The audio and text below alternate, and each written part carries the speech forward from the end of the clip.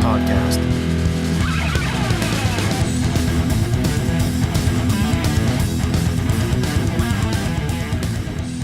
Hello and welcome to Brew Games episode 20, titled 20.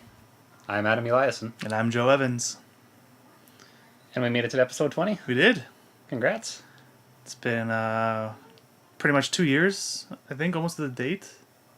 Is it that long As of already? July 15th is when I registered the domain. Nice. Wow. And started the Squarespace account for our website. So, yeah. 2 years, 20 episodes. Ooh, should have got some candles or something. As of recording, it's actually July 20th. Oh, wow. So I another thought we were little, only at like a year and a half. another little 20 in the episode of maybe a few more to come. Maybe. Maybe. I kind of feel bad. I forgot our anniversary. That's all right. It's been a crazy year. Sure has. As you guys probably know with our lack of content, but we've been getting things rearranged and Hopefully you have a lot more to come. yeah, So should we get to it? let's do it. Do you want to drink first or? I'm gonna show you your beer first, actually. Okay, sure. So, I got you Toro Red, kind of going off of last episode's kind of theme. With the habanero. The yeah. habanero one, yeah. So this one's a red ale brewed with chilies and then with chilies added. Whoa. Nice. So this is from Breakside out of Oregon. And they started up in 2011. Okay, so a very new brewery. Very new, yeah. 2013, they expanded to another pretty much dedicated brewery that's out in Milwaukee, Oregon. I didn't know there was a Milwaukee in Oregon. Neither did I. So that was kind of interesting to find out. In 2014, they got a gold medal at the Great American Beer Awards for their American-style IPA, Okay. which is their flagship Breakside IPA. So hopefully this one's just as good. This one's brewed in collaboration with a chef. I can't remember his name. But he runs Toro Bravo and another restaurant in Oregon. I think they're both in Portland. So there's a collaboration between Breakside and this chef. Okay. So I think Very it's cool. more exclusively for his restaurants because they did one bottle release and then everything else since then has been just kegs.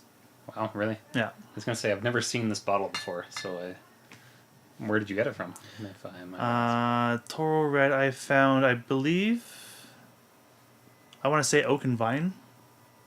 Okay. Yeah, I believe I found it at Oak and Nice. Vine.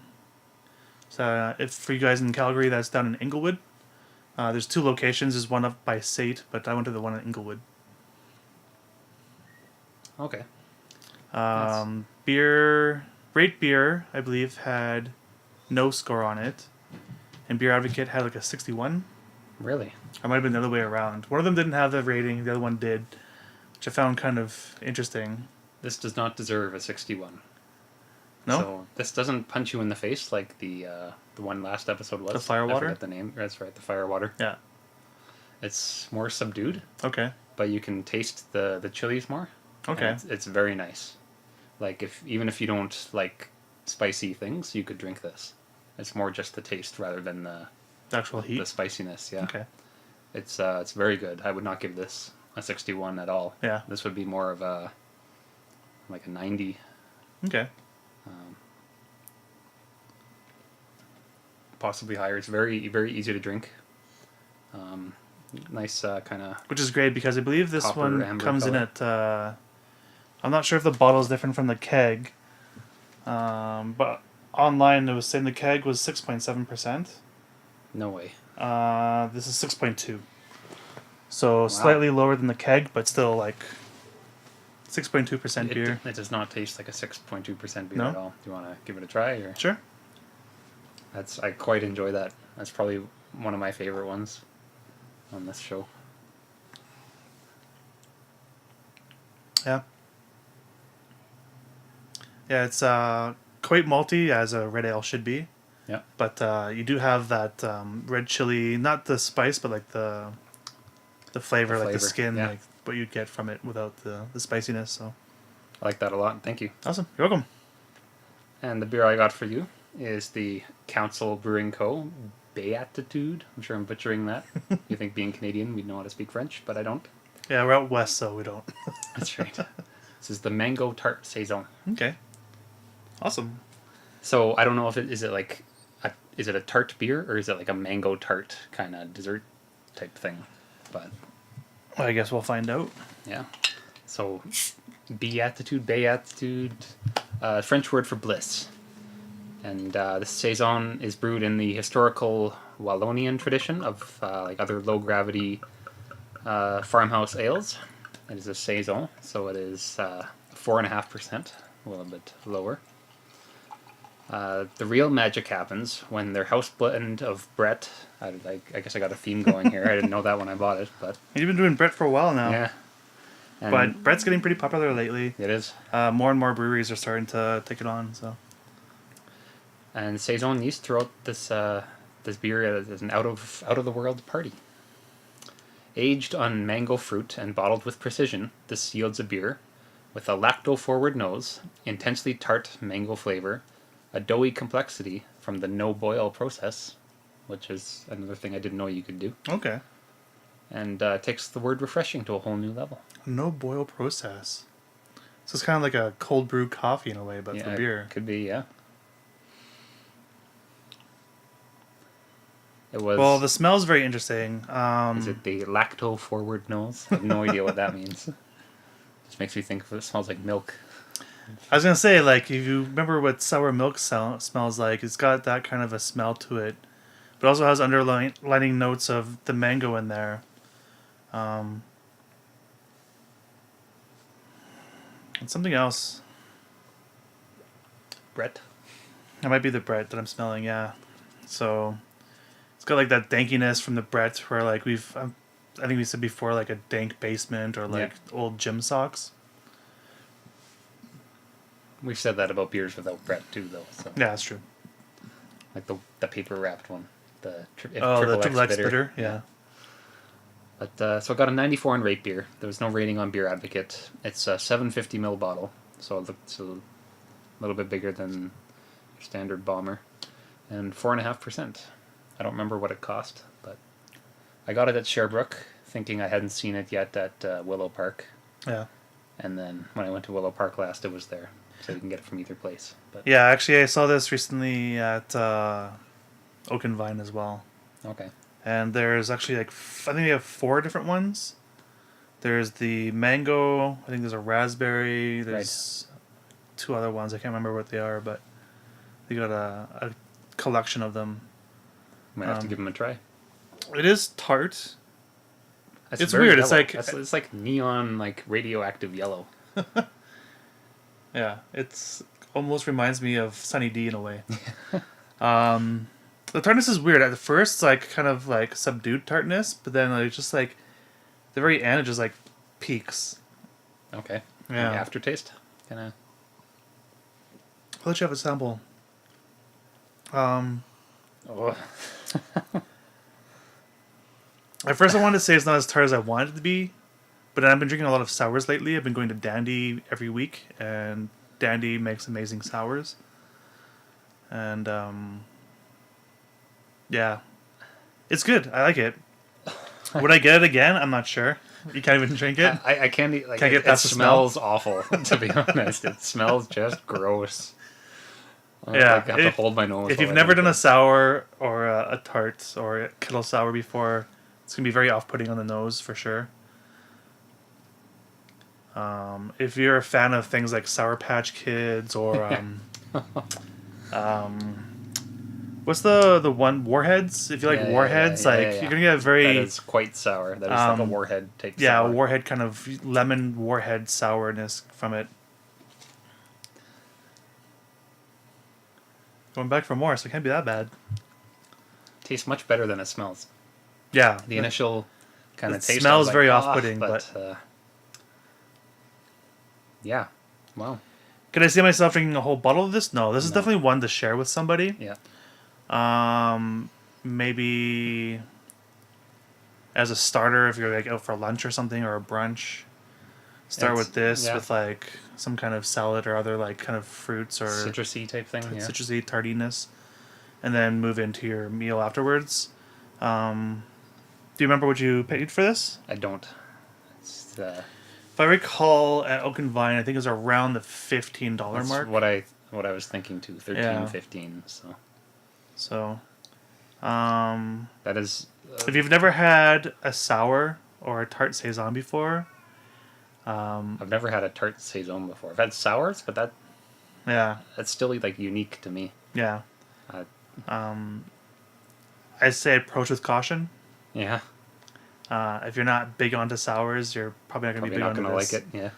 Yeah. So, can't really recommend it to too many people. It's definitely more of a niche product, unless you're guys like us who've been drinking craft beer now for over 2 years, and have really developed our palates. Because we both used to hate IPAs, and now we love them. That's right. Now we're getting to sours. Like it's never ending. That's right. Yeah. I'm still not sold on sours, but I'll get you down to Dandy with me. okay. Try some Dandy sours. Let's do it. So that'll do it for the beer section. Let's move on to the games. So we'll go with your game first, actually. Sure. I challenged you to BroForce. Which this one was fun. I had a lot of fun playing this. It's like the Metal Slug kind of side scroller Yeah. shooting game. Same kind of graphics. You play like action heroes from like the 80s mostly. And because it's called BroForce, they have like Bro incorporated into their name. Yeah. Like Ram Bro. Yeah. Like Rambo or like Or Brominator and stuff like that. yeah, Bro Cop. Yeah, Robocop. BA Brorakis. Yeah. And each of them has kind of like a different gun, like a little bit different. One explodes. Kind of specific yeah. to their character, right? You don't really get to control who you play. It's Like- really random. Yeah, and like whenever you unlock a new character, it switches up.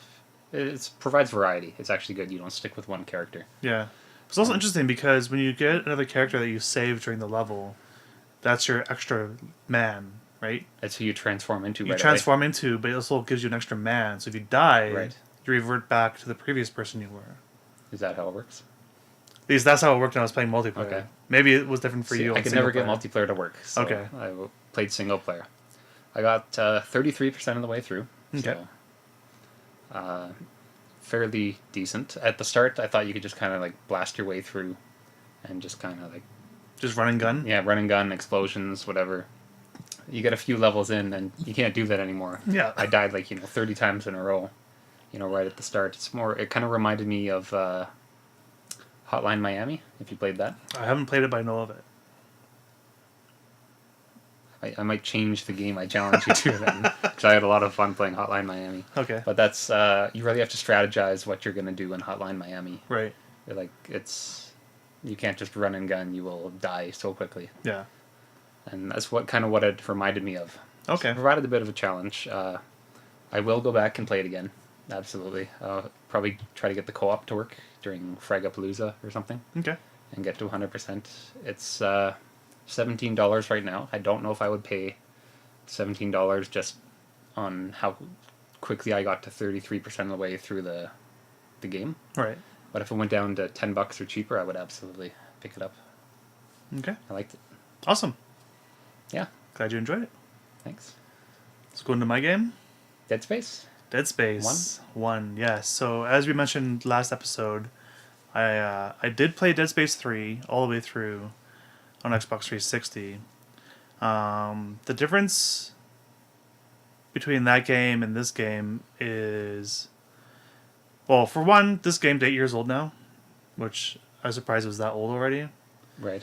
So it kind of surprised me. There's some kind of weird things with like texturing and models where like it almost seems like it's a game that's like in beta. Really? Like I feel like some things are like missing. Like they plan to like put something there, but it's just a blank like section. They didn't. Ran out of money? Maybe it just looked kind of weird. But then again, maybe it's because I played Dead Space 3 first, and then I came back to this game. So like I've got a higher expectation of Right. Everything they learned from number 1. Yeah, exactly. However, number 1, holy fuck, is it creepy / scary. Really? More so than number 3. The number 3, I think because it's co-op, it just really pulls all that creepiness away because you're on comms over Xbox or PC with somebody and you're both in there, and so like things jump out at you and stuff like that, but it's not really scary because you got your buddy there to help you suppress fire or whatever, right? Whereas this game, like, there's no multiplayer. You're in there by yourself, and the story is like kind of a little bit hammy, typical like space exploration story, where you got like this one guy who's like super hardcore military, like barking at this woman who's like, we shouldn't be doing that, you're risking our lives, and he's like, damn it woman, I got a mission, I gotta finish it, and it's just like, okay, whatever. Maybe 8 years ago it was a good story, but do you come across like a like an old ship that lost contact with or anything like that? Exactly. This is the very first thing you do is you're on a mission to find this ship that lost contact with. So I don't know anything about that. The Was game, mining but this when you said it was cliche, minerals that's exactly from what it's came to mind. It's totally cliche, totally hammy. But so of course you get separated from your team, and you're wearing this weird like janitor suit that could be out of like Saw or Hostel. It's such a weird looking suit. But anyways, the controls are kind of sluggish as well. I don't know if you remember in Dead Island, like when you wanted to start running, it was like a slow and then start running. Yeah. Or when you tried to turn, like it was like a kind of a weird like delay before you start turning. This game has that as well, so it reminds me a lot of Dead Island. Is that trying to be more realistic though, do you think? Like if you're running full speed, you can't take a corner right away. Maybe. Same thing, you can't go. But at the same time, it's speed. like things are trying to attack you, so like you want to be able to like turn quickly, and not be like, huh? Well, I'm sure in real life you want to be able to turn quickly too. But... Well, you hear something, you're gonna turn right away. You're gonna be like, huh? Like it just seems like there's like a thought process of like, I think I hear something, telling my buddy to move, and then finally it clicks in and you move. Synapses firing kind of. Yeah. Like there's like this weird delay, which it's all right. I'm used to it because I've been playing Dead Island off and on for a while with Dano, actually, which is kind of funny because I challenged you to that game. Yeah. And then we ended up picking it up just before Christmas. Oh, really? And then since then we've been like just off and on kind of like playing with it. But yeah, like super creepy. I played about 50 minutes of it. Completed chapter 1 and I had to take a break. I was just like... Just like with Alan Wake, like there's just things that were happening and just like my butt puckered 2 or 3 times at least. One time I thought I was gonna poop myself, and I was like, I'm in this corridor and there's a light shining on the door in front of me, so I see my shadow, of course, because the light's behind me. Yeah. And then I see a shadow of the freaking enemies that keep trying to like attack me from anywhere. They always like spawn behind you or like try to surprise you, kind of like Doom 3 style in a way. Yeah. And so I was like, shit, and I like spun my character around, and there's nothing there. So the game plays mind tricks on you, as well as there's actually like monsters spawning. So yeah, I do plan to go back into it. I'm gonna try and see if I can finish it, just because I enjoyed 3 so much. Even with the hammy story, I'm still enjoying my exploration and progression through the game. And this game doesn't hold your hand like 3 did. Like 3 did, there's some parts where it didn't hold your hand in 3, but for the most part 3 was like pretty easy cake walkthrough. With this one, like I was stuck trying to figure out how to freaking use stasis. Like it doesn't tell you how to use stasis, whereas in 3 it did. This one is just like you have to manually attach an arm to the tram. And so I'm like pushing the button and it's going out, tries to connect, disconnects, and then that's it. It's like, okay, well, what am I supposed to do? So I'm like, you'll see in the video footage, I'm like going through the menu like multiple times, like trying to figure out stasis, and it's like, yeah, you just push C. I'm like, okay, so I hit C and nothing happens. I'm like, what is? I don't understand. And then I figured out that you have to zoom in with right click, then push C, and you shoot your stasis, which is such a clunky way of doing things. Clunky, I don't know, like. Number 3, I played on Xbox 360, so I had a controller, obviously. This one I was just playing keyboard and mouse, and just some of the controls just they don't make a whole lot of sense. Like they work, but in the same way, it's like it's trial and error. You have to like stumble upon what you're supposed to be doing. Right. Yeah. So like there's like hand holding, which you may not want to do in like a horror game because it kind of takes you out of it. But then there's just dropping you in with no instruction, which is Yeah. even more frustrating. So I can see how that would be. Well, the other thing to do with this game is that there's sometimes like you have to do something and it's quite obvious what you have to do, but there's a cutscene that has to play out first, which is not a cutscene. Like it doesn't actually cut from the gameplay. It's in the game. It's just your character standing in front of this terminal while there's like little pop up or the people that are off in the distance are like talking, and you can't actually interact with that object until they're done their little spiel. Right. So that was kind of frustrating too, because it's like I know what I need to do. I know I have to be at this terminal. I need to like activate it. Shut up! Like hurry up! Yeah. It's like you can't skip it. You have to just wait, and so that was kind of frustrating too. That would be frustrating. Yeah. So either they like try and tell you what to do, but you can't skip that because you already know what to do, or they don't tell you anything, and you're like sitting there for like 5-10 minutes trying to figure it out. Yeah. Yeah. But overall, if you haven't played Dead Space and you like thrillers, creepiness, that kind of thing, spooky games, I'd definitely pick it up if it's $10 or less. Anything more than that, it's such an old game now. Yeah, it's hard to justify. Yeah, it's not easy to justify. So like $5-10 still worthy throwing that down, playing it. Okay. Which I noticed you have it and haven't played it, so that might be something for you to try out. Maybe. I have a kind of a backlog of single player games already, but we'll see. Maybe I'll give it a try. Yeah. So that will do it for what we played. We'll do some new challenges. Let's do it. So I'm going to challenge you to a game that came out 20 years ago. Going back to that 20. Going back to the 20 thing. And you might have played it before, but on your Steam list it says you haven't played it at all. Okay. Final Doom. I have not played it. So it's on your Steam list. It was the only game on your Steam list that was from 1996. And I was like, yeah, I'm going to make you play Final Doom. I want to see how it holds up 20 years later. Okay. If it's still enjoyable or if it's just a real piece of shit. So, would have came out after Doom 3? Doom 2, sorry. After Doom 2, yeah. So, actual release date, I believe, is June 15th or 17th of 1996.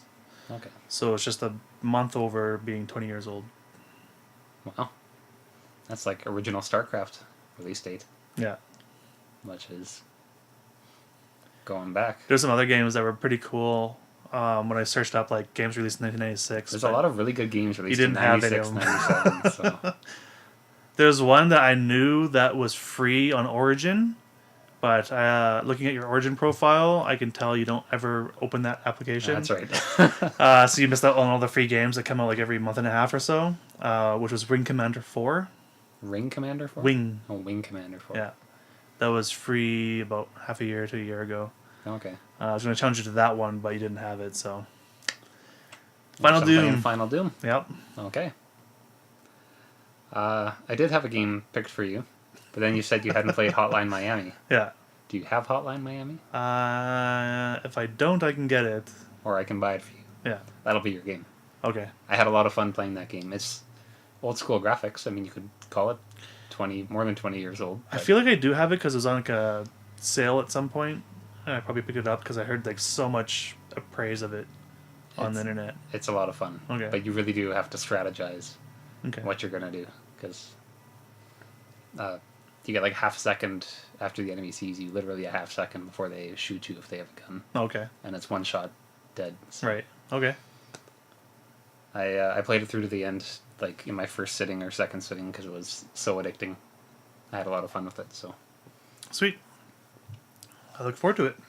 Awesome. So I do it for the challenges. News. T-shirts. We have ready for Fragapalooza. Fragapalooza. 20th event. Another 20. Another 20. So August 4th to 7th. If you haven't signed up yet, do it. Sign up. Come out. It's going to be a good time, guaranteed. We got a table set up as a sponsor. We got a banner now, pop-up banner, vinyl banner. We got prizes. We got shirts to give away. We got prizes. We got like, Brand asked me for like a breakdown of what we're giving. We have over $680 worth of stuff that we're giving away at this event. Nice. So, come to the event, have a good time, Win some stuff. win some stuff. Hang out with us. We're doing both door prizes, so like we're giving a bunch of stuff to Fragapalooza to give away at the closing ceremonies or during the event as things happen. They like to do airplane tossing contest, Rock, paper, scissors. wall hang, planking, all these different types of little mini games to try and There's win something stuff. you can win for sure. It's not who's the best at whatever video game Yeah, thing. exactly. Although we will have some of those too. Yeah, so at our table, we're actually still planning it out, but we're pretty sure we're going to do a Bomberman tournament. We got a SNES, we got a multi-tap, we're going to have up to 5 players playing at once. It's going to be a blast. We're going to see who's going to be the best Be a Bomberman. blast. Get it?